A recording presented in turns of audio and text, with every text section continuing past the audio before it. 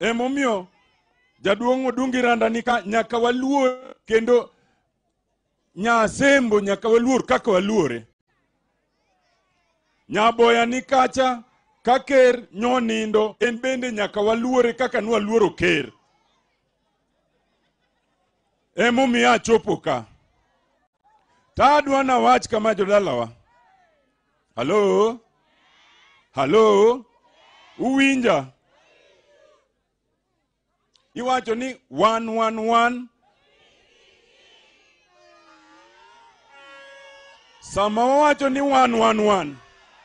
Halo? Sama wawacho ni 111. Wawache didek.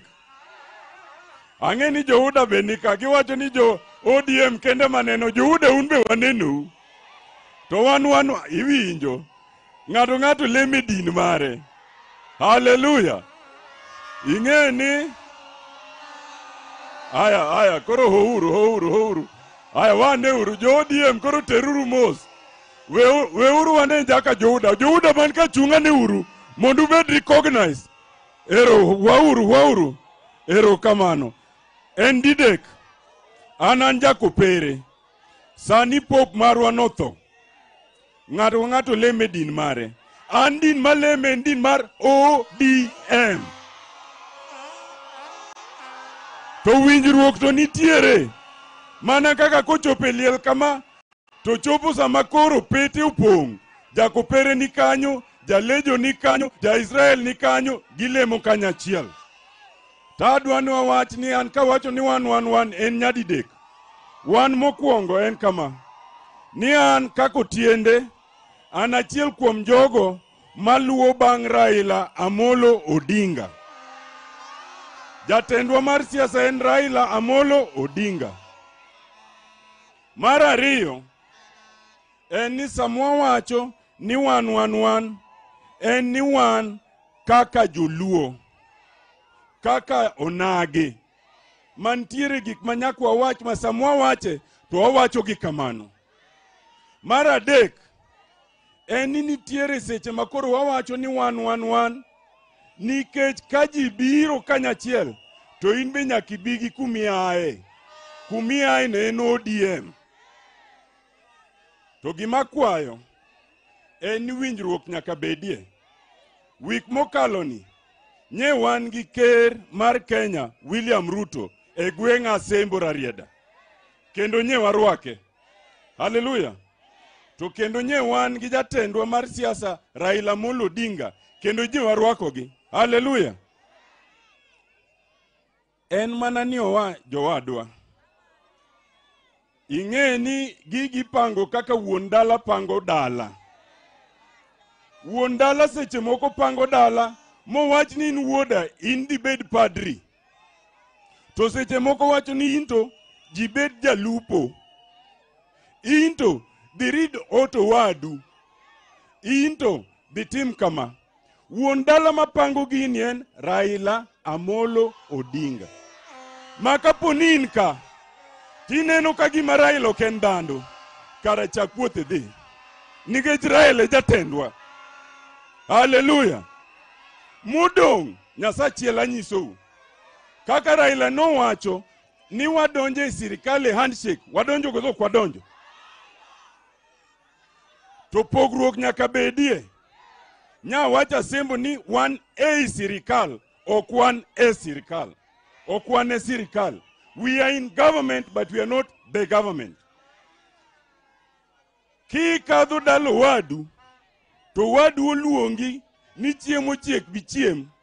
Nyasachiel kaki chiemo no, chiem piyo. Ngeji nyawacho kumoro mawang'ie mowach ni chakwote dhiyo. Sani wan e sirikal, Atand Weli kae ene jakom mar budget. PS Dr. Raymond Omolo omako dwa kacha. Ana wuon Rarieda nyo kauna ji ariyo kaka PSS. Wasiro kozo kwasir.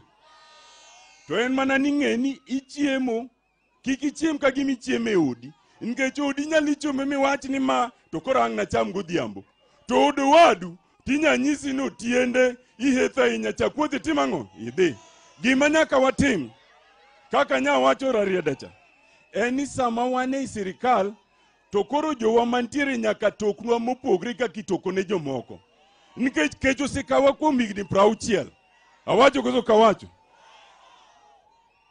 Koro an adwa mana natim kama. Samangi golo sadaka boyudo ka sewuok. To lielo krum. Koro aneno ni mondo achiw sadaka moro matin ne mar liel. Mane gima dwa timo sani. Kako tiende kamolo, maja ODM, mambunge mararieda, kenda moke gi siandana ariyo. Ma kodi kithni kodi dek ni gimibro timo onge. Anegenge mana biro paki, biro tini malo, biro biayi.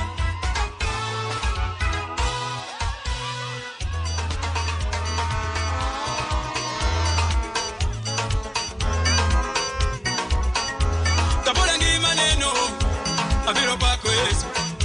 Kapola ngi maneno, abiro pako Yesu. To papa mi ngoma. Haya.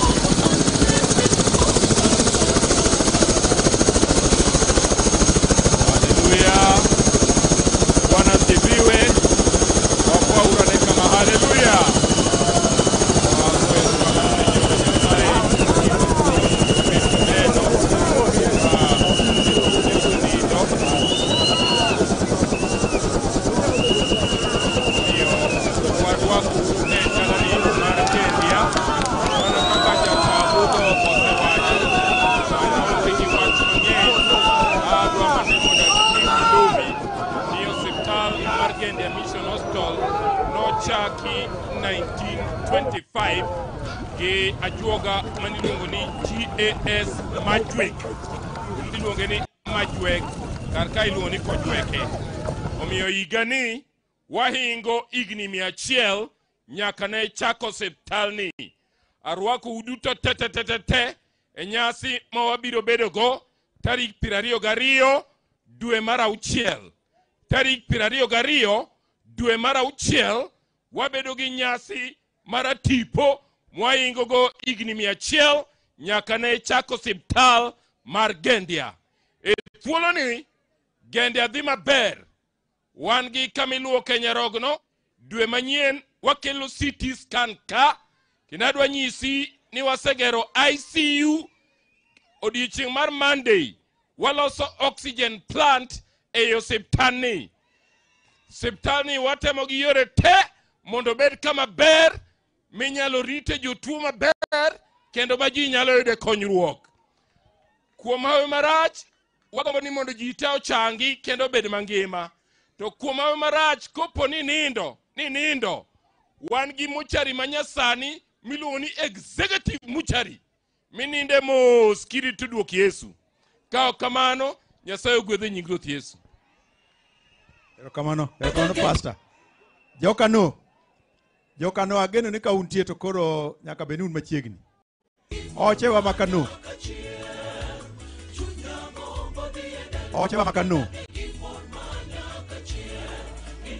Aneno ka chal gima wendwa donjo. Aneno ka chal gima wendwa donjo. Ung'e kakwa biro rwako jakom. Ung'eyo kakwa biro rwako jakom.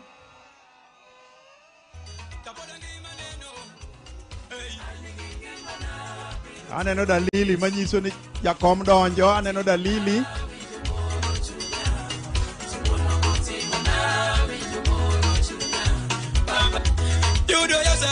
Aneno dalili manyiso ni jakom ni machiegni. Anegenge mana biro paki, biro tingi malo, biro biayi.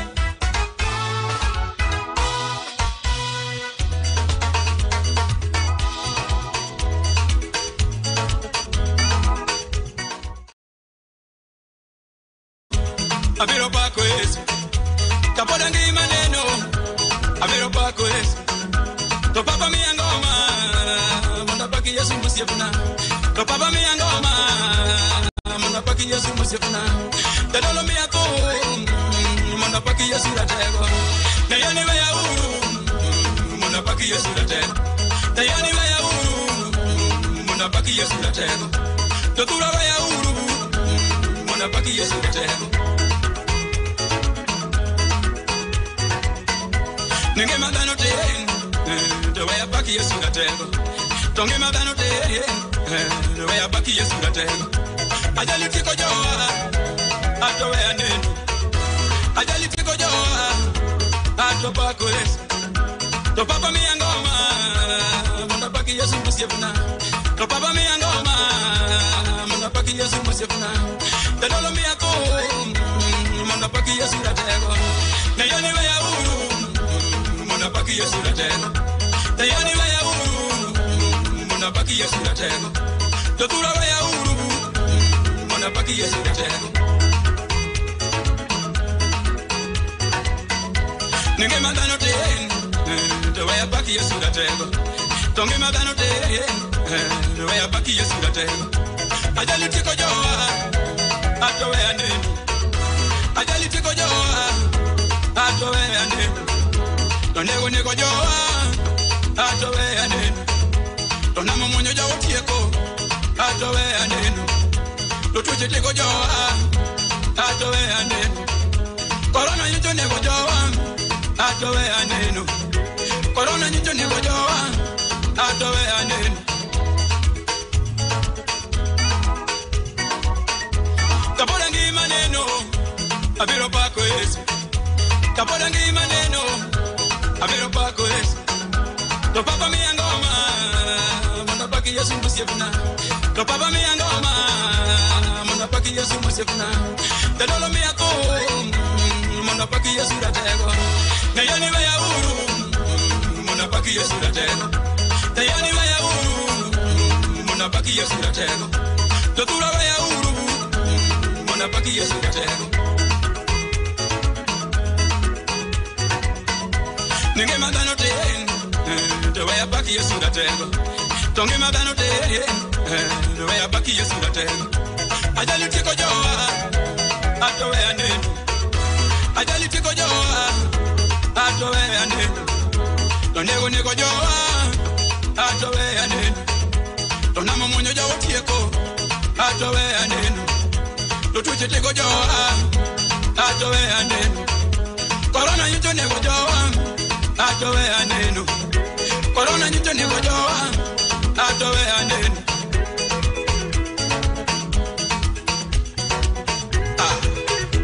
Kapoda ngi makama, kapoda ngi maneno, kapoda ngi mawoto, kapoda ngi maneno, abiro pako Yesu.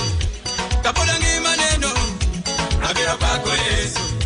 Kapoda ngi mawoto, abiro pako Yesu. Kapoda ngi machimo kama, abiro pako Yesu. Kapoda ngi makama, abiro pako Yesu. Kapoda ngi maneno, kapoda ngi mawoto. Kapoda ngi mawoto kama, kapoda ngi maneno kama. Kanyalo tiemo, kanyalo rakona. Abiro, kapoda ngi maneno, abiro pako Yesu. Kapoda ngi maneno, abiro pako Yesu. To papa mi angoma, manda paki Yesu.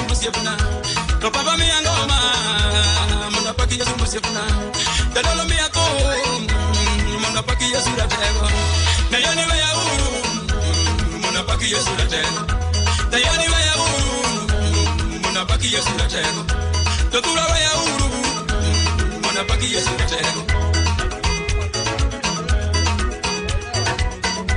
ninge mandano te to we ya paki Yesu ratego tonge mandano te we ya paki Yesu ratego ajali tiko joa ato we ande ajali tiko joa ato we ande to nego joa ato we ande to namo monyo jawo tieko ato we ande to tuche tiko joa ato we ande corona nyito nego joa ato we ande corona nyito nego joa ato we ande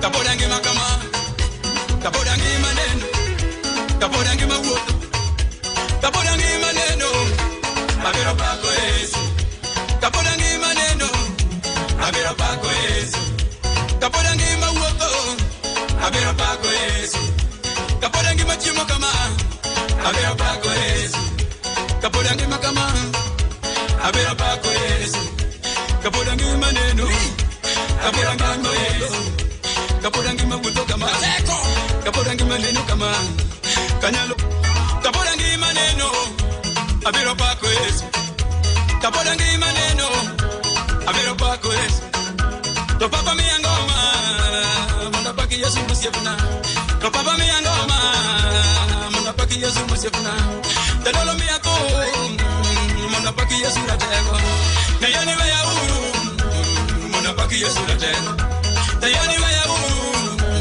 mona paki Yesu ratego to tura we ya mona paki Yesu ratego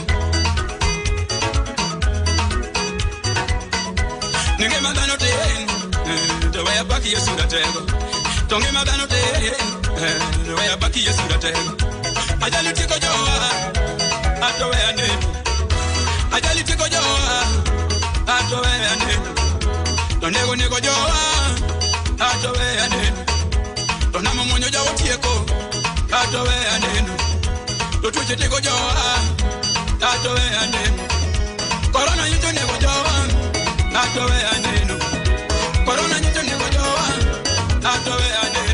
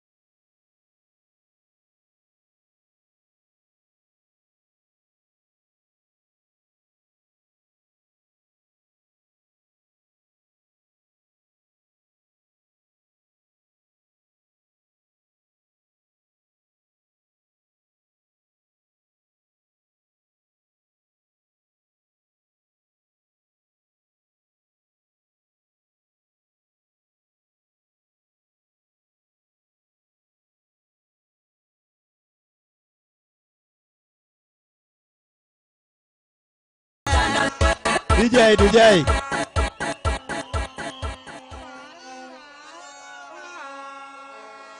Erukamano.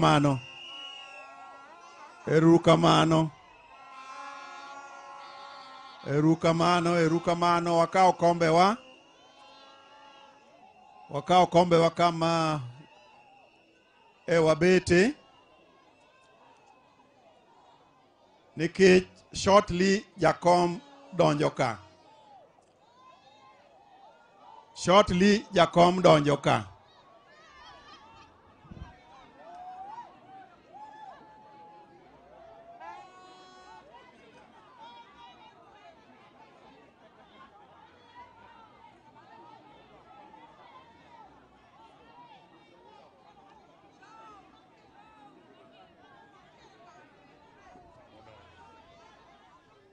Wakauru kombe wa mae kako program chalo kaja komo donjo ka to biro moso familia mar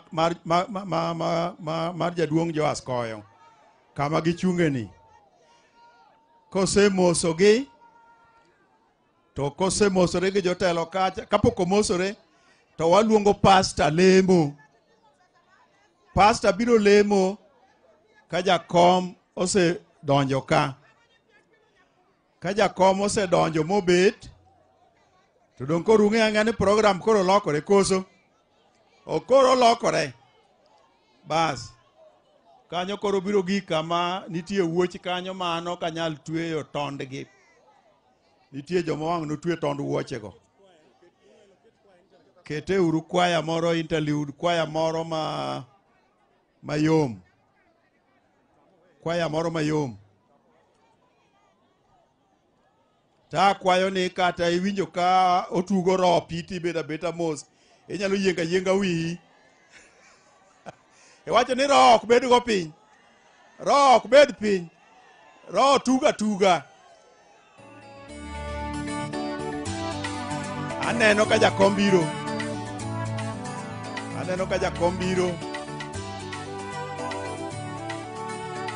Dongu ng'e ni jakom ka donjo to wachung' malo. Wabiro chung' malo ka jakom donjo.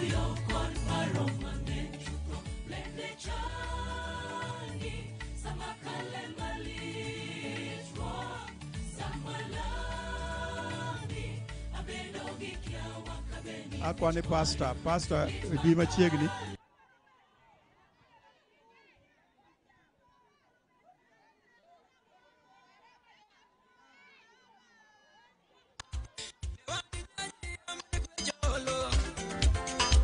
Ajabu matimo ngono no yana malo giteko madu.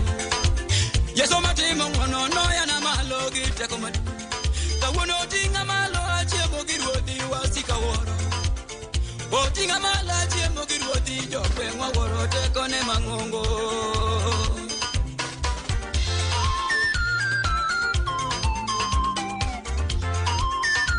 Hallelujah.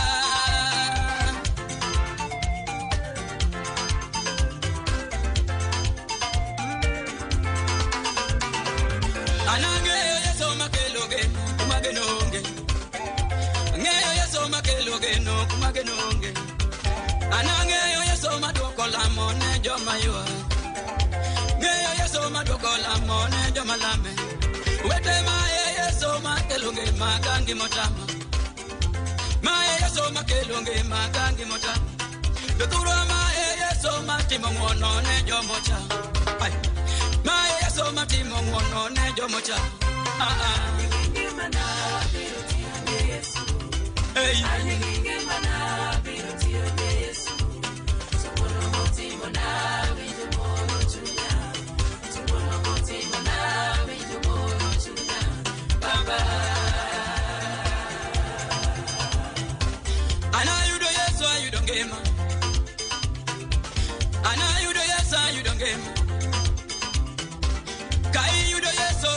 Teko. You do ya see you do teko. You go why you do yes you do teko. Are you do will you do teko. Tina you do yes you do one. Hey. You do yes you do one. Ero kama no niketi romo. Ane kinge mana biro paki, biro tini malo, biro viali.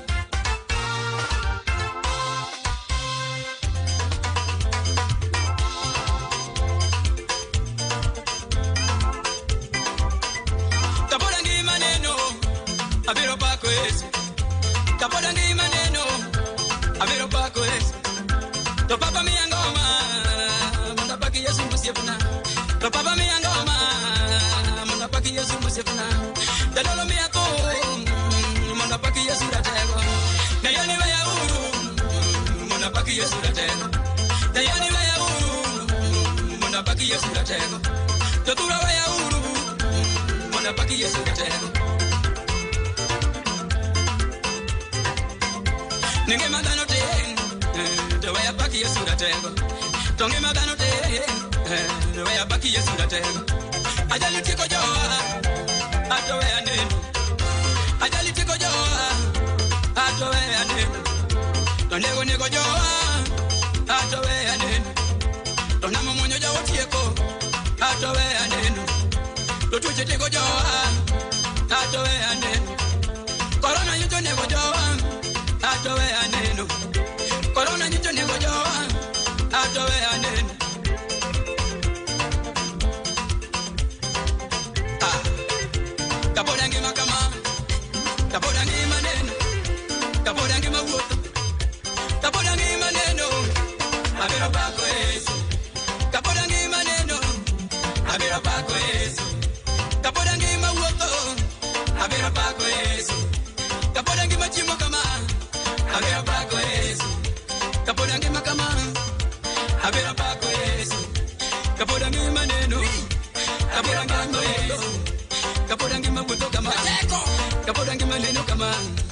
kanyalo chiemo, kanyalo rwako nanga.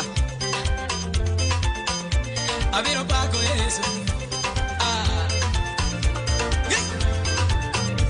Kine bani malo ke Yesu rate. Atkapona bima. Jama pingo watindi ninjili karadira. Nendo biro ne jomo jua kata jomo iye.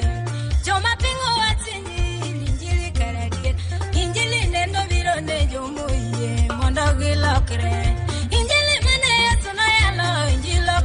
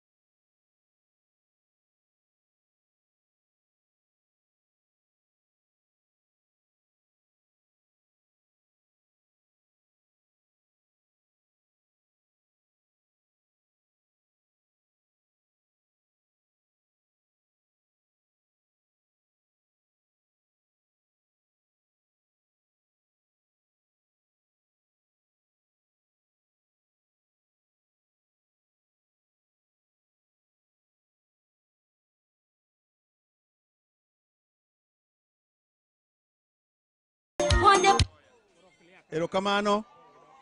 Wadoguru chien. Ng'ato ka ng'ato dok kama obete. Erokamano ahinya. Erokamano. Ka jotelo biro ka to wabiro rwako gi ka wachung' gi sigalagala. Okamano.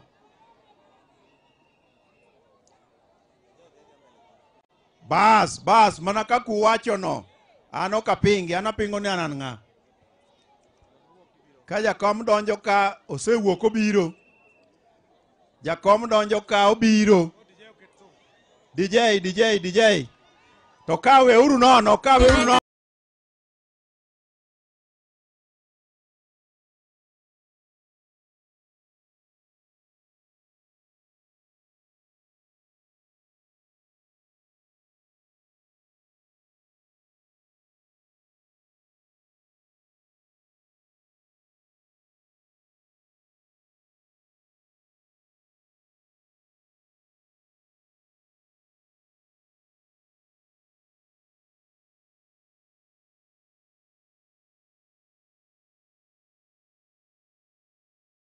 Jotelo nafasi mondokali.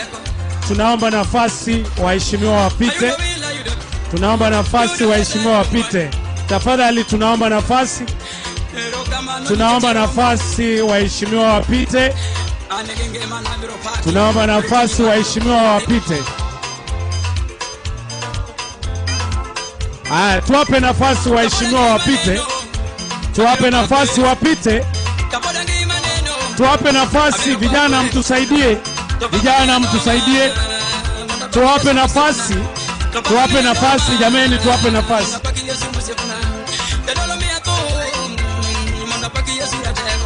Tuwape nafasi waheshimiwa wapite.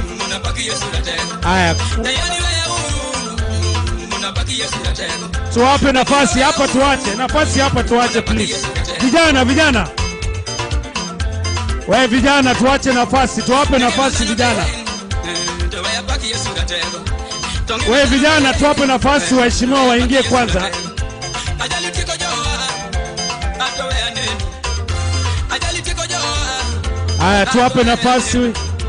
Tuwape nafasi waheshimiwa waingie. MC kindly. MC. Erokamano. Wadoguru chien. Wadoguru chien. Tupeane nafasi hapo mbele. Tafadhali tupeane nafasi hapo mbele.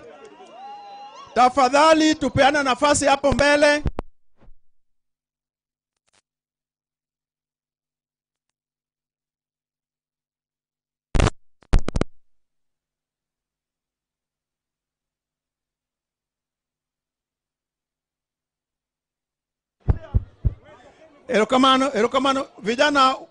Vijana watoke hapa mbele tafadhali. Wabiro kawo thuolo mondo wami pastor mondo mi olem. Walemo mwarwako go jakom Pastor Philip Gai, the CEO. Wayuduru thuolo mondo walem. Wauru malo duto mondo wayud lemo. Kamoro amoro mantie wachunguru malo kwa miyo Nyasaye duong' mondo walemo. Ruodhwa kendo Jehova Nyasachwa modakie polo malo. Wagoni erokamano jaduong' mandalo. Herani ber kendo ng'wono ni osiko manyaka chieng'. Wabedo joneno ka jatichni Mama Priscilla osekonindo. Wabiro ka mondo wakel hoch makende. Wakwayo ni kwe mari obede dierwa. Neno ka wan ka gi jakom Right Honorable Raila Amolo Odinga. Kachiel gi jotelo mamoko moyier. Jawar wakwombo ni mondi wirgi gi mo. Wagombo ni mondi gwedhgi. Wagombo ni mondi tinggi malo. Chokruogni wakete lweti ni mondi telie kochakore nyako rum. E nying Yesu Kristo wakwayo. Amen. Jaduong' Ajiki kodhi yamo.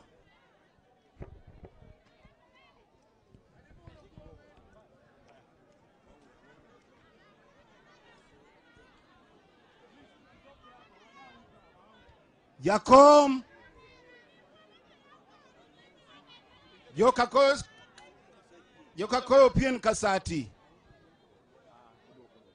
koyo pien ne ker mar auchiel bang' Ramogi Ajwang'. Adwaro ni mondo awachi ni tok Ramogi koyo uno pien ne ker mar auchiel Odungi Randa ker mar 9. Atimo mos ne joka koyo mama nyicha watiyogo. Omiyo adwaro ni uyie achogie mama matin. Achogie mama matin. Etho ni raura, etho jajuok. Haira ng'iyo bathi, tho pondo. Natengigo machiemo, tho buto. Tho tero tadamina oko, tho jajuok. Otero Priska nyaka Dianga, tho buto. Kawuono wapedho mesa. Wako kingi. Nekech Queen en kingi. Mama nyocha rito koyo. Kerwa mar auchiel. Odungi wuon Randa bet piny. Olidho chieng' jamondo. Amolo uro ganda. Amolo bet piny. Joma dongo bet piny. Etho ni raura, etho jajuok. Ura range. Haira ringe ng'iyo bathi, tho pondo. Natengigo machiemo, tho buto.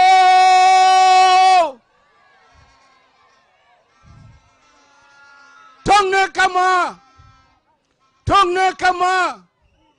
Mama nyopo dutegno. Ta wadwaro ni mondo wadonj kacha. Amono luwo kode. Kendo luwe tir. Etho ni raura, etho jajuok. Haira ringe ng'iyo bathi, tho buto. Natengigo machiemo, tho buto. Piny osiko to ok sikie. Ogwe ajura ura cholo ke ugo ukora bondo dhi konyusa kwata the head monja dhamani ya kuom kokotek. Nyara kuom kokotek wat joka lwang'ni. Ajiki kodhi yamo.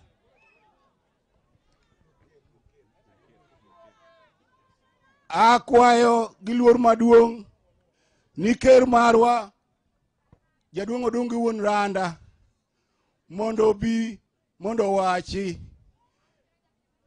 Jowi! Wirange Jowi! Kelna uru jaduong' mane ker piny mangima. Keluru jaduong' mondo wachie gimoro.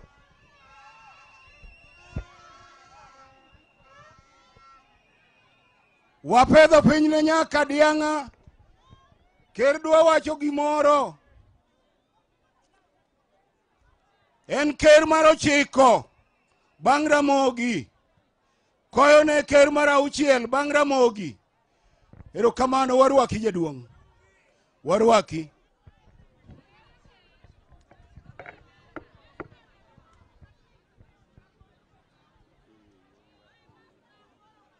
Erokamano ganda luo. Ne jo Kristo matayo nyasi mar mama Priskila nyaka Dianga. Ne Excellency Raila Amolo Odinga gi tim ne duto mar siasa. Aneno gi Gladys Nyahero.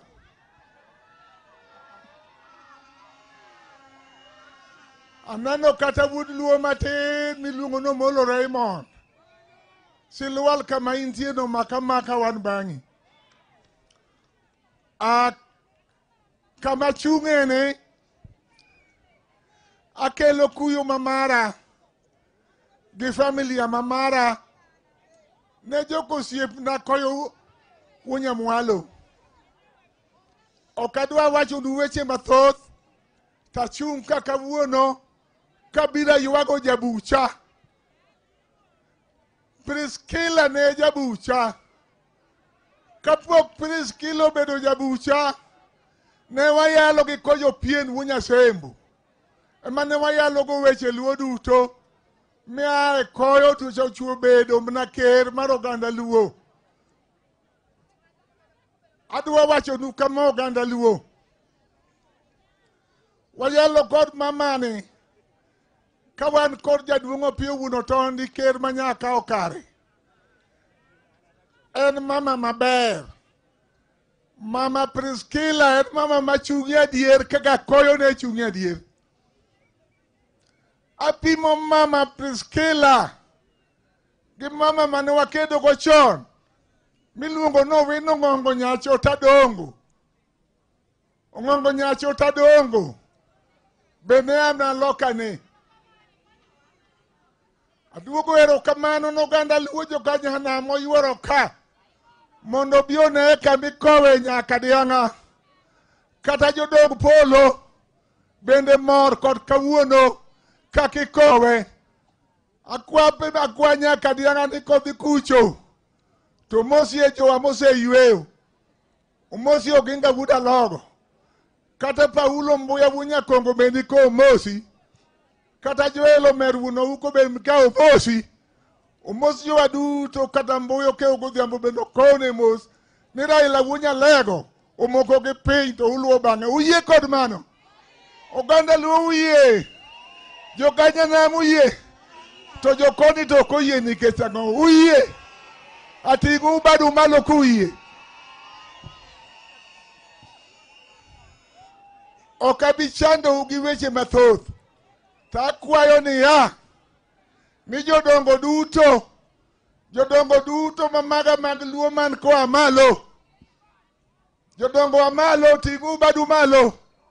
Kwa konya Kadianga mama mamigosi. Erokamano uru. Jowi! Jowi! Jowi! Jowi! Erokamano uru kadwa ketho sa.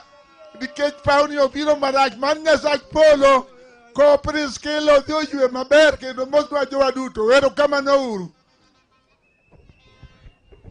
Ero uru kamano.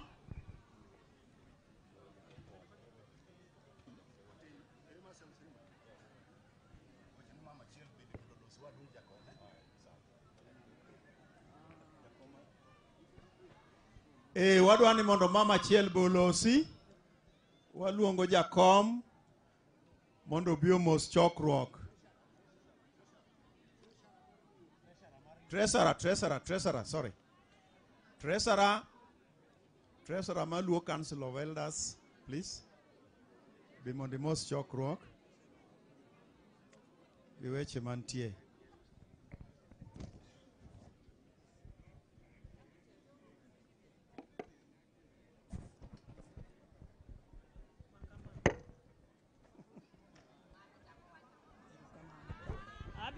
Hello, erokamano, aduoge papka, ne kanisa matanyasi, poda biro wuoya kata odagi, ma Nelda, ne Honorable Right Prime Minister, former Prime Minister Raila Amolo Odinga, ne Governor Marwa, ne Ker, Ogai, gi elders wetena, amoso uno kwe urute.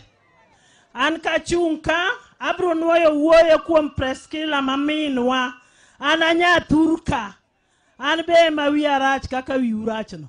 Kech unyuola, kora wacho niya, Mama Priscilla ne en mama maratego, kendo en mama mane yalo kodwa gadiera, ne ok en mama mandhoga, kuwinjoru e wach to bedo kako winjruok, kendo kano yalo, ene mano tieko bura. To abro linga wuoyo to kotieko bura gima wachono ema tiyo. An mane minwa nachako dak kode kathine dala mar Eldoret. Ka baba watiyo gi wuon pargi. Wuon pargi ne ng'ama kiny saidi. Ne chwadowa ma ok tugi, ok ichesi. Iluongo ni koyo pien. neno siep baba mame ni iluongo ni Elmadogot. An anyar Kanyaluo loka ka. Omiyo ka wuoyo ta wuoyo e chir kenda wuoyo gi thuon. An e dalawa. Ero uru kamano. Mad Nyasaye konyu. To wadwa wacho niya, baba no kelo broad based. Wan wariwore gi chairman no. Ok wanawe wabedo kanyakla mondo walos piny Kenya. Unu dwa ni piny Kenya odhi ne guogi. Ok dhi, wabiro tiyo kendo wabiro bedo wang' achiel. Kenya biro losore. Ago siasa ta jaduong' ung'wona. Ero uru kamano. Abe kakalo kuom kanisa maler matayo nyasi modiochieng' kama kawuono. Ne jakom Raila Amolo Odinga, gavana wa Nyawang'aya ma Nyamera, amoso ukendo ni ruoth opake. Opake Yesu kendo. Awase wuoyo to pod aduogo mondo awachie matin. Kaluwore kod mama mwaiko mama Priskila Koyo. Awuoyo ka kaka chiker Willis Opiyo Otondi mosenindo manyocha notelonu. Ma Nyasaye oseka umiya thuolo mondo awache matin. Abiro wache matin nikech nyocha otiyo gi mama Priskila Koyo. Awuoyo kae ka chung gi tienda ariyo kaka en mama mang'eyo. Mama maratego ok en mama kakunene ni kamoro ruoth ok nyal luore gwenge. Unyalo nene kakunene ni to wan nye wang'e tekone kaka chal. Ka iloso piny mar luo e weche mag piny luo. Mama Priskila Koyo chikor kero Koyo pien manonindo. En achiel kuom mine ma jong'ad rieko e telo mar ker Willis Opiyo Otondi mancha nonindo. Kawuono to wan kod ker Odungi Randa ma bende ne en god ofis ma en achiel kuom representative mar mine mama ma Homa Bay. An bende an ma Kisumo. Koro miyo kawuoyo ta wuoyo kuome ka en ng'ama ng'eyo. Nyo en mama ma jabura. Kendo kama nyi yale wach momoko to mama Priskila Koyo ema nye tieko bura. Bura moro ne nitie anyalo pare godo mane omoke wi got. To mama Priskila Koyo kowuoyo to buro rumo. Koro atimo mos mang'eny kuom ko nyanya kach mama motegno. Wawito mine motegno. To lo jajuok. Polo e thurgi ji. Nyanya kach nind kod kue. Erokamano.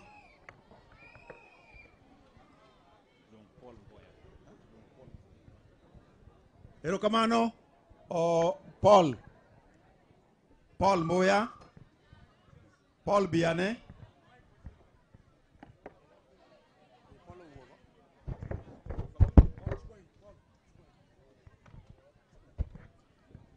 Karachuonyo umor. Kenya umor. Aluongo familia majoka Koyo mondo wasudre machiegni ka. Joka Koyo wasudre machiegni ka.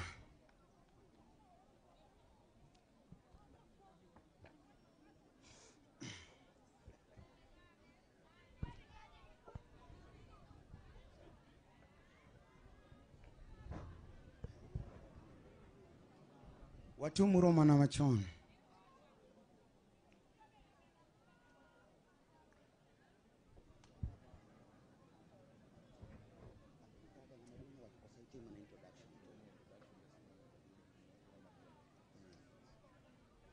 Jakom,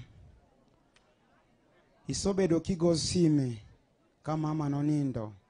Kila siku igoyo sime. Aduoko ni erokamano. Jakom embele nika. Magi mana jomatin mar joko jaduong' jas Koyo pien ker. Koro kadwa wacho mang'eny nikech wan owadwa maduong' ka Kennedy Koyo. Kapok atimo introduction, aluongo Kennedy Koyo mondo wach matin. Kennedy bi.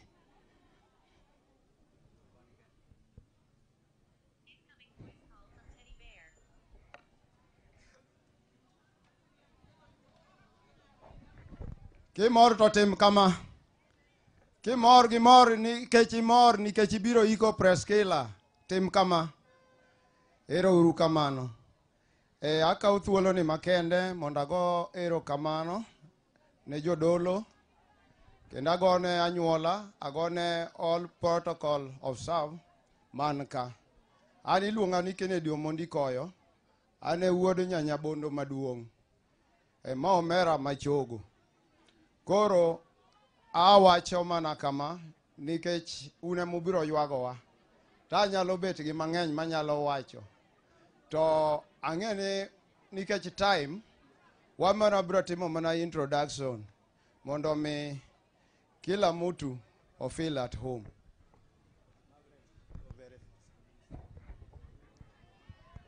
Yeso paki? Hey, joka nyanam. Yeso paki. Yeso pakendo. Agoero kamano kabiwacho mang'eny podi. An nyinga iluongo ni Margaret Knight. Nyasaye polo gwedhna. Hallelujah. An agoero kamano ne Nyawang'aya. Agoero kamano ne Jaduong' Adipo. Agoero kamano ne Moses Kajwang'. Agoero kamano ne Raymond Omolo. Agoero kamano. Agoero kamano. Nuwacho ni biro ndisore. Adiero ndisore. Nyasach kwe obed kodu. An Joyce Koyo. Nyasaye ber. Nyasaye ber. An iluong na Nyona Koyo. Johera mag mama na mosenindo mobiro kowe koda kwe. Eru kamano kuom nyingan Silas Koyo. Kaweche tek, chongi gilo, kaweche tek. Nyinga en Juliet Akinyi Koyo. Iluonga ni Philemon Koyo. Amoso uno kwe. An iluonga ni Samuel Ayodo Koyo. Ilonga ni Emily Kasati. Ilonga ni Humphrey Omondi. Ilonga ni Elvis Midamba. Nyinga Josh Koyo. Movin Koyo. Olivia Oren. Prudence Mduda. Alfin Mduda. Drusilla Koyo. Okwe uru.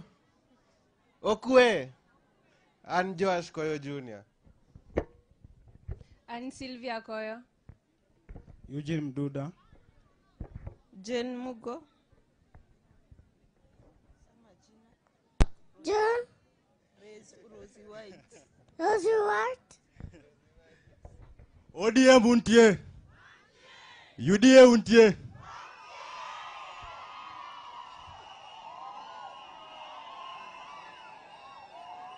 Hey! Hey! Hey! Hey!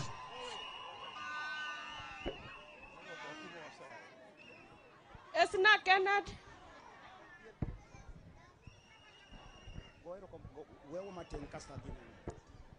Oh, you can just go and sit down. Oh, adwa wacho wach moro achiel. To kapok awacho tago erokamano ne oganda mobiro kama duong' mondo mi okonya kowo minwa. Amor kodu. En di mang'eny ni samoro ok inyal ng'eyo teko mar ng'ato ka sama ng'ato ni kende kata sama osiepe onge. To kare teko ng'ato nyalo bedo osiepe moloso. Adwa wacho mana wach matin nikech time. Achiel uwacho ni Koyo japien. Taparo ni piende ni to kung'eyo ni pien to ne en ang'o. Jok moko paro ni nogo mipira. Goyo to nogoyo to ok ne nyal miye nying miluongo ni japien. Koyo mage lang manokuongo rwako wuoche mar pien. Kagin gi Simon Nyachae mane wuon gi Nyandusi mane Paramount Chief. Mago kama gambo gine joma ne rwako wuoche mar pien. Koro mane manong'iyo ne ni Koyo japien. Mana tieko kamano. Kech ang'eni ok abi yudo time, miya time matin. Kanya ae. Nyanya bondo ni ne en mysterious lady.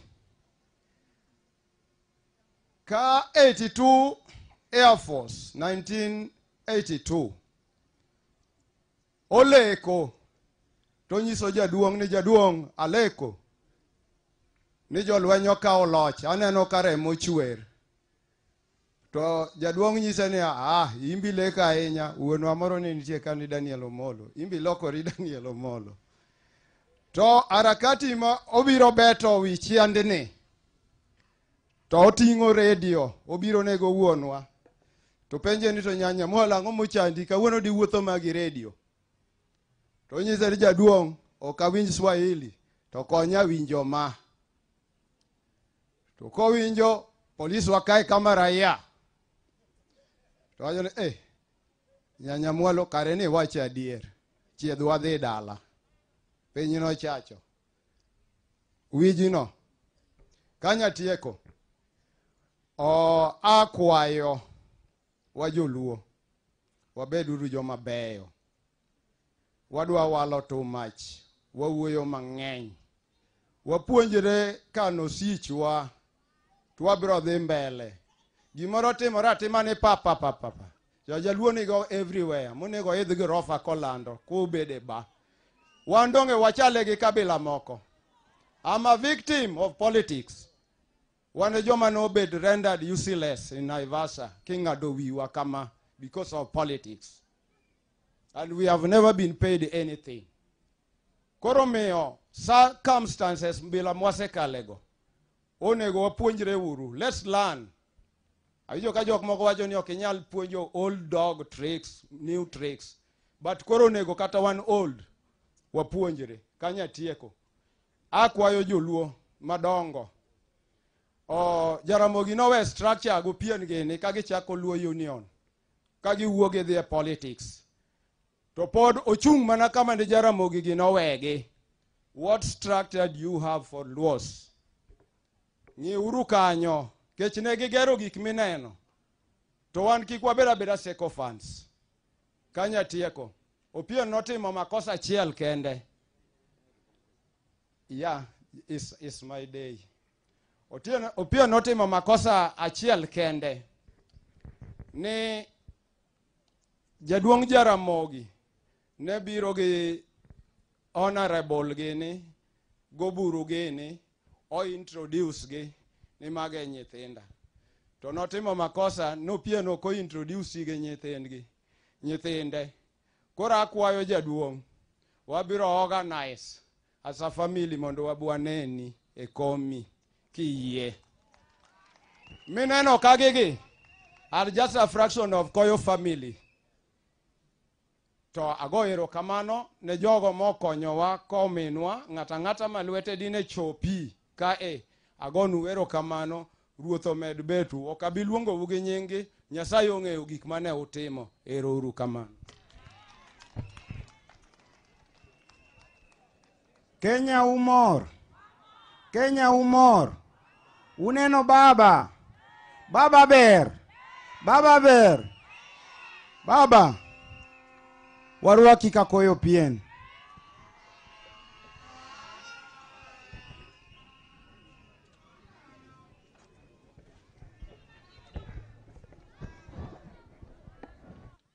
Erokamano. Joka jaduong' Joas kuom bedo brief. Akaw thuolo mondo koro aluong mheshimiwa mar mbunge makarachuonyo Andrew Adepo Okuome. Mheshimiwa machiegni.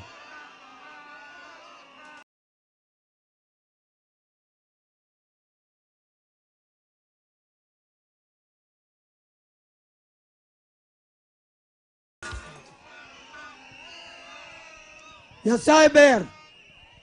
Nyasaye ber. Ya Nyasaye ber nomiyo wa mama Priscilla Makuru Waiko. The Right Honorable Mheshimiwa Raila Amolo Odinga. Our Governor Gladys Wanga. PS Dr. Raymond Omondo. My other PS of National Coordination and all MPs, asanteni, all protocol I do observe. The Right Honorable, I'm glad you have come. And let me just say something in my vernacular so that I can reach the other people well. But maybe I can say it a little later. I introduce the Speaker of our county assembly so that he can introduce our MCAs. But time not permitting, wang ni wacha. Erokamano wuon okuome ne Prime Minister Raila Amolo Odinga, Governor Mwageno, the PS, MP present, Ani iluonga ni Polycarp Okombo, the Speaker of the County Assembly of Homa Bay.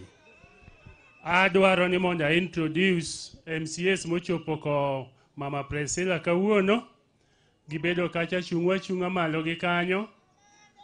Wan gi Majority Whip Bob Obondo, Majority Deputy Mare Lieta is there. Wan gi Billy Noah is there. Wan gi Odongo Daniel Jarateng is there. Wan gi Mono Florito Ndiek is there. Wan gi Joan Ogada is there. Wan gi Honorable Jeff Ongoro is there. Wan gi Pamela Odira is there. Wan gi Jessica Otieno. Wan gi Honorable Tony Otieno. Wan gi Sophie Salim Madar Madere. Wan gi Honorable Lazaro Jango. Wan gi Caroline Odundo. Wan gi Tom Adinda. Wan gi Eric Owidi. Executive kabe wan gi CCMs manka. Mokwongo wan gi County Attorney Honorable Rego mabe dwaro bedo mondo konywa maber e assembly county kanyo. Wan gi Wasiri Finance Ubiero, erokamano. Wan gi Danish mar Roads, erokamano Danish. Wan gi Wasiri mar Governance Roslyn, erokamano.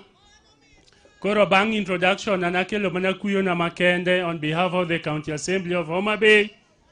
To kendo jo luo ni ka te, tend luo ni ka, motingo broad-based te, Odiso Meli ni ka, Baba ni ka, Ker ni ka, PS Baja Skunda be ni ka, wan wamor, ang negimi uwach maber, erokamano.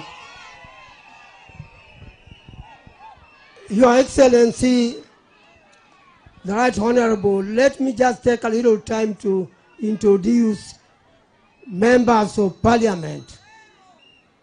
Now, members of Parliament, kachako gitung kocha, ngondo wunwere bimonde, what?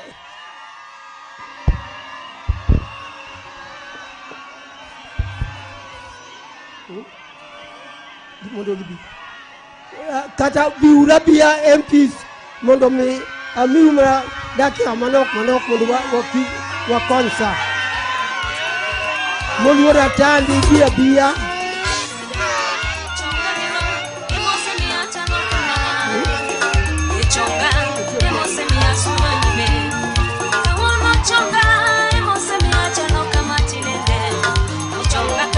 Haya.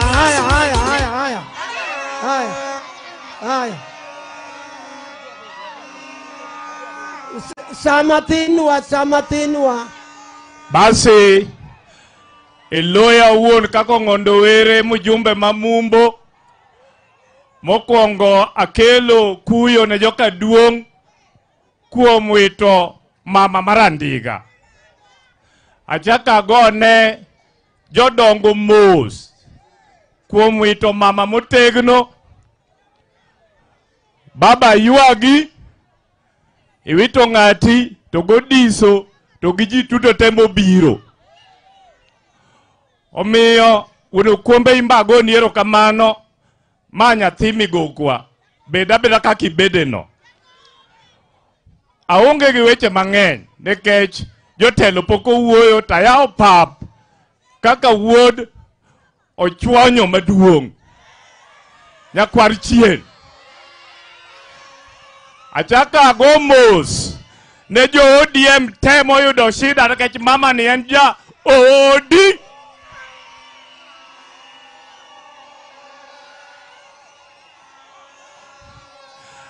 Ana biro yuago ja ODM nikech jodongo gin jo ODM to ODM ne morito wa jothuro untie.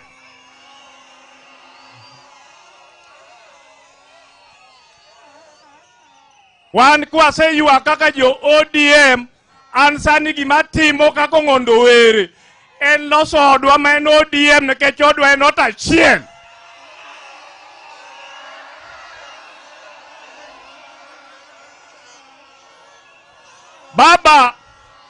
Baba Raila Amolo Odinga,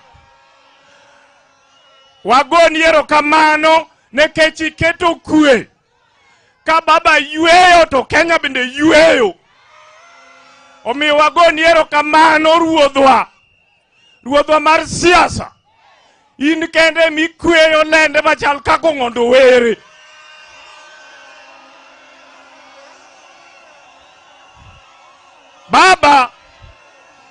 Baba, wan gi dhera riemba gimwa yudo en chak go wuoyo. Omiyo gimiwacho, kodi wacho mana dhi anind piny tanindo. Kodi wacho mana nwadhi kune twadhi. In direction mimiyo ng'ondo were gi joma bei emwafuato. Asanteni sana, nitarudi tena. Koro atandi meli mjumbe malego. Aya. Jokara chonyo untie. Jo ODM untie. Aya, kakalo kuom kom duong' our Prime Minister Raila Amolo Odinga,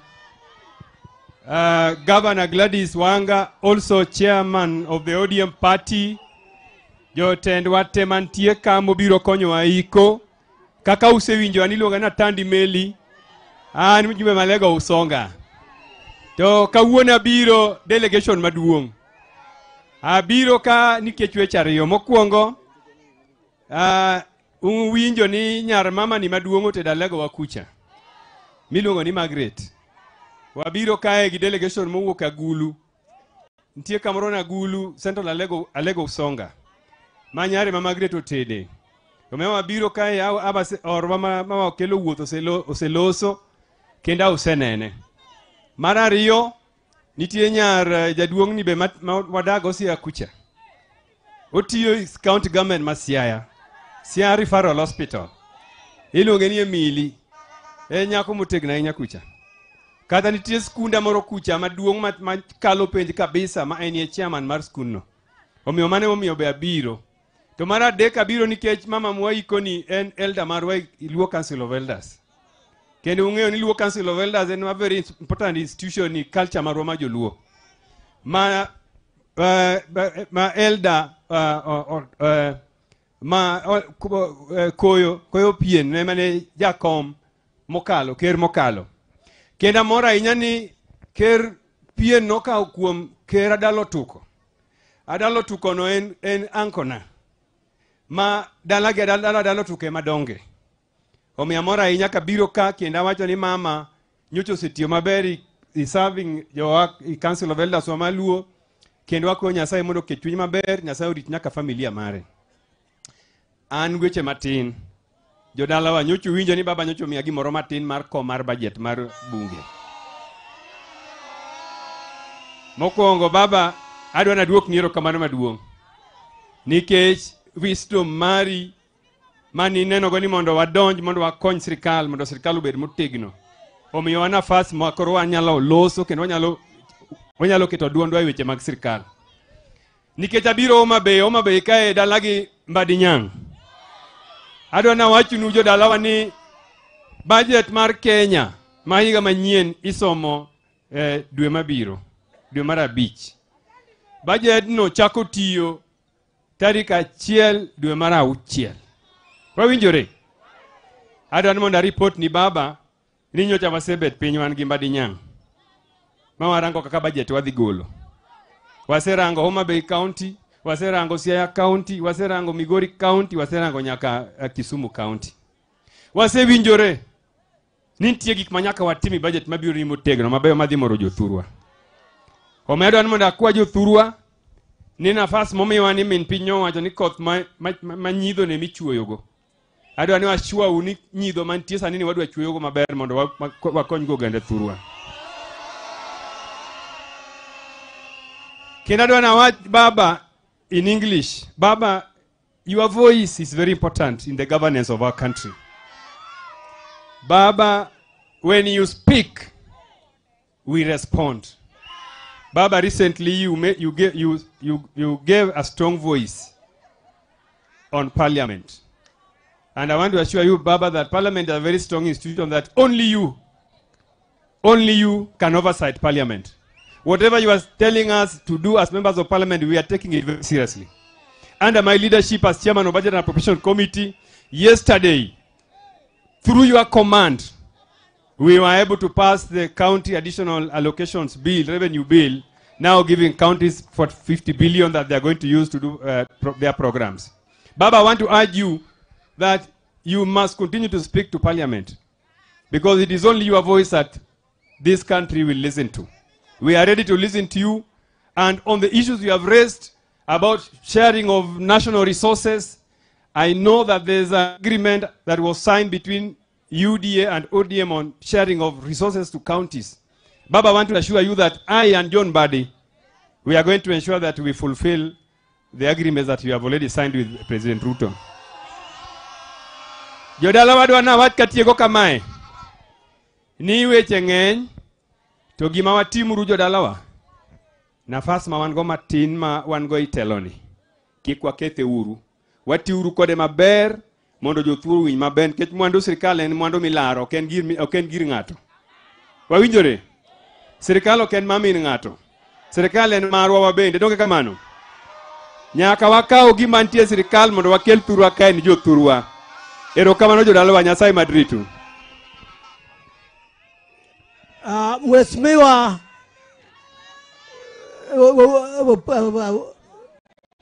sorry.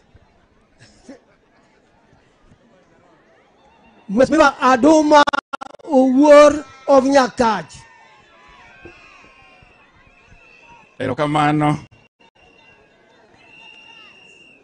Erokamano, adwaro na kuong.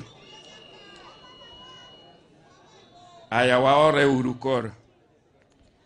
Adwaro na chak gi goyo mos makende ne familia mar joka Midamba mowito achiel kuomgi. Adwa na go mos makende ne joka Kwajuok mosebedo gi tembe mang'eny nekech 2 weeks eka nyiche wan ka waiko jaod jaduong' Nyang'iye manosiep koyo. Kendo pok obudho nyaka nyiche waik jaduong' Nyang'iye mane kor iga pok orumo to waiko jaode be. An kabiro ka kosiep familia mar joka Koyo wuon Opien, to kendo abiro ka kaka wat. Uwinjo kiwacho ni mama mwako ni nyar Nyabondo ma nyar Gaduma emomiyo antiere ka.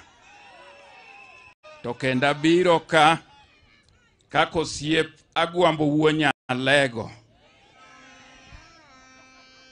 Amor ka jodongo osebiro nekech aneno jodongo kaneno Molo gi moa Migori, taneno Dungi Uarange, tang'eni an gi jodongo who understood Koyo better.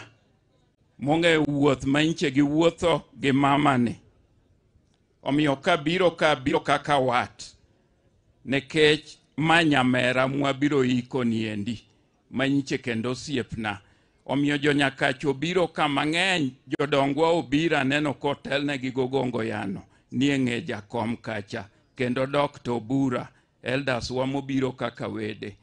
Ka wantie gi family wa manye mama Priskela wuoke mar joko Nyango wuon Alala mantiere ka mobiro in their own right mwuoke dala wa Kabete school manonyuola. Jakom mache school manipie gi ndege kibiro yuago jonyuolga konegi. So ka nitie mama maduong' e dala kam ne jaod koyo maniluongo ni Karen Nyakindu. Mane mama maduong' e dala ka. To mama ni nyare miluongo ni Turfena be kendo tedo ne japuonj the late Silas Asembo manyamin Aduma. Nyakach kucho koro miyo ka wagajore mang'eny. But gima duong' ahinya mame nyalo yuag jaduong' koyo kama nekech nodak goganda wa maber. Those who knew koyo nong'e chuny mane koyo nego. And there are lessons monego walan kanyo. All the times manayudo opportunity to bedo gi koyo gi jakom kwa timo gigewa ni koyo kanobire liel matin kata maduong'. Kokinene to kobikasore ni en gi wach mowacho. Onya beda liel kata kodhi yuago wachne motiek kaeto dhi. Mar ariyo mananeno gi koyo ni ne en ng'ama straightforward kokodwa rito onyisi. To kendo speeches mage be ne okaw 5 minutes. There are memorable occasions about the family ma jaduong' koyo. Ma remember when we lost Jaramogi. And the Jaramogi family kaka custodians mag our culture and belief. Kaja kom gene ne pod ne dala kacha mok nyal wuok after 3 days. Jostling for power matinde jinege gombo pa mang'eny. There are a team of leaders mag Luo MPs who came to this home. And koyo no nyisogi ni okanyar wako ukaka ubiro kaka Raila podonge. Wuonyalego, you will remember that. I would also remember an occasion mawadhi gi koyo Kabarak. Kaja komoro wakuno Raburu was the PC.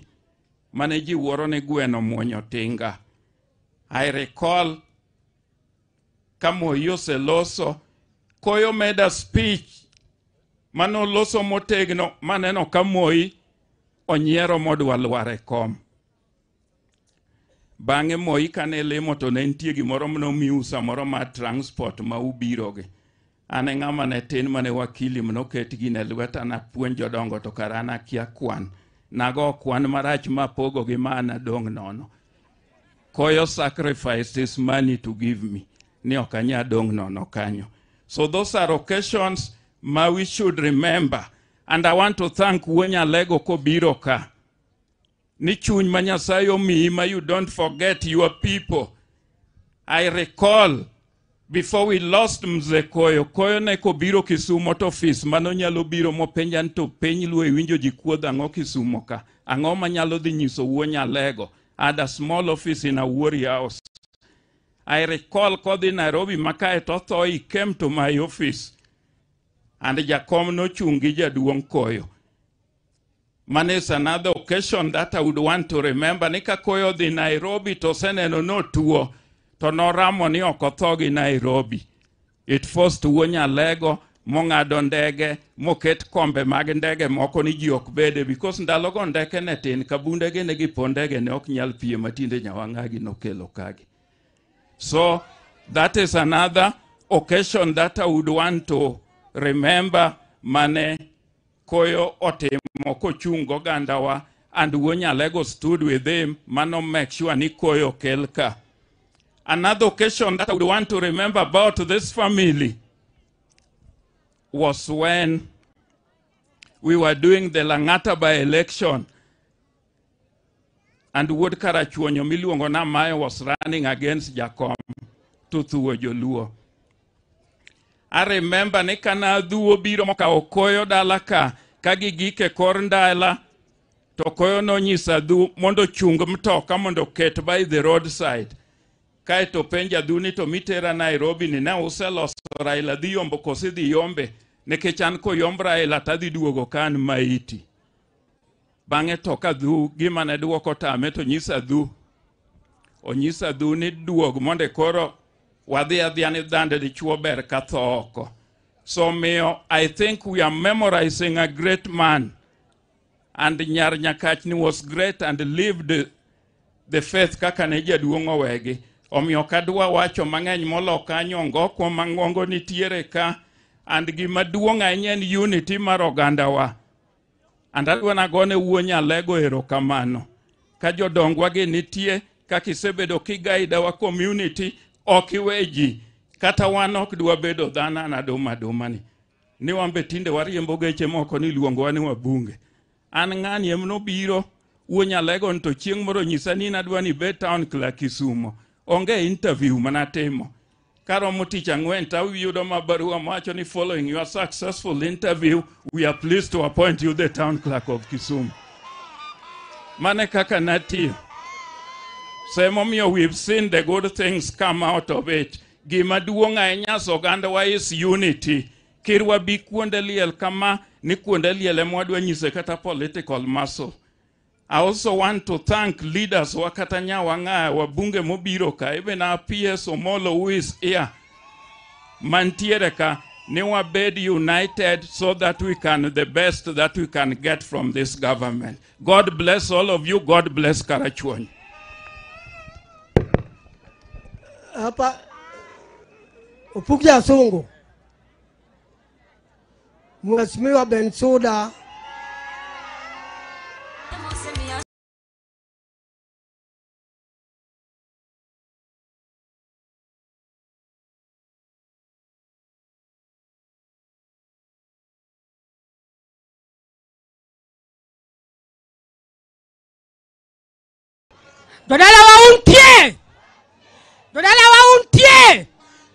Dodala wa umar nikech sa abro ng'ado iye mana machiek Nemo luor His Excellency none other than the Prime Minister Raila Amolo Odinga. Adwa wacho ni all protocols observed, which is already established. The elders, I salute you. The county assembly, I salute you. The executive county directors, ministers, chief officers, I salute you. All elders, nyekena kayuocha kwerena amosou kendarwakou ekarachuonyo. Dodalawa, allow me to speak in English for a minute. Kisungu bara mai bunge. Your Excellency, I stand here as a duly elected, declared county MP, commonly referred as woman representative of Homa Bay County. When I campaigned, you told me, go and look for the votes. Nobody's having the certificate. You are resilient. You are effective. You are thorough. You have the political heart of this country. And you have the heart of driving devolution to where we have reached. Your Excellency, without you, Kenya will not be stable. Without your direction, devolution will go to dogs. Without you, the enjoyed unity will not be there. The enjoyed stability will not be there. Father, you swallow your pride at the expense of all Kenyans. Without you, we would be like Sudan. Without you, we would be like Somali. May the good Lord lift you highest as you drive ODM. Dodalawa, adwa monda wachi, mon Karachuonyo pieti. Magi mon machama renge lechegi Kachako Karachuonyo Kabondo Kasipul Suba Welo Kwemos. Adwa wacho ni chama mar ODM en machunga minyodho, machunga mipoko, machunga mibiyo, machunga madhi. Omiyo kachunka tich mwadwa tiyo Homa Bay County en tich maonge tugo. Lokruok bro bet kaka nowacho ni wabek nosom piny isome gi malo watele gik moko to gik moko dhi mbele. An kaka chi Karachuonyo mogik kawuono kadwa wacho thore nikech an dhako manonyuom gi dhok magala moro. Kawuono tija tij rwako welo. Abiro go siasa samowinjore. Kawuono acheko mana dho welo kendo kaka sup gi gik moko notimore ka thedro le dala ka.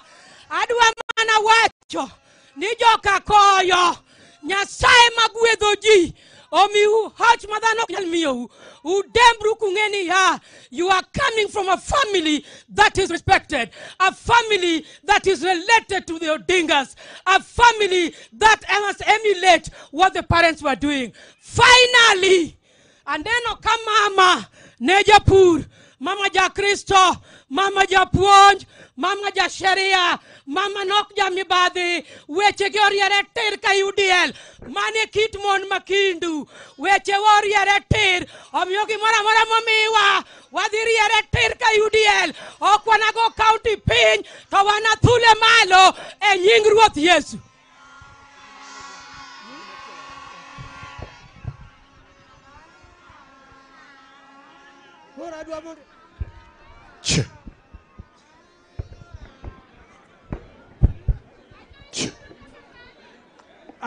Adwa mdo kora luongi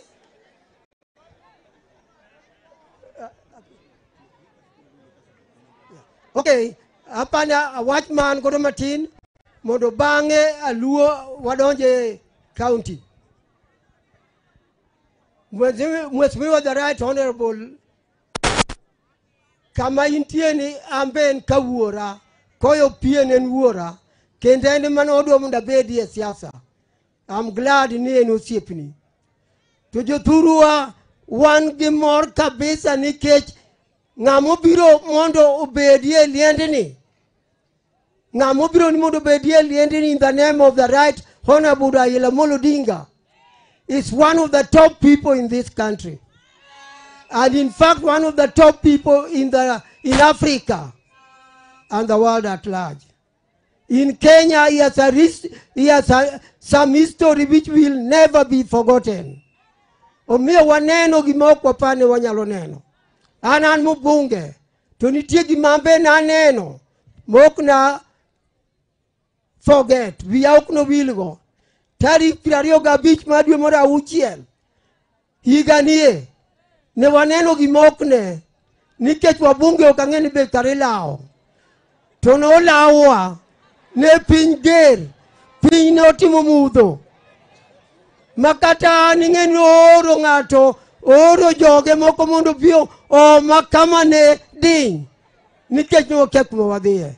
Makata mna speaker marwa, aromo go e dho lift to penya ndu kar wuono kuome, isetundo ka, tako ndi bwana speaker kar ma in.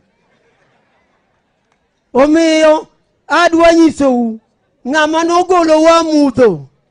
Ng'ama nogolo wa mudho. Awacho nunu ng'ama nogolo wa mudho. Ung'e en ng'a. Tung'eni kasewacho ung'e muwacho nyinge.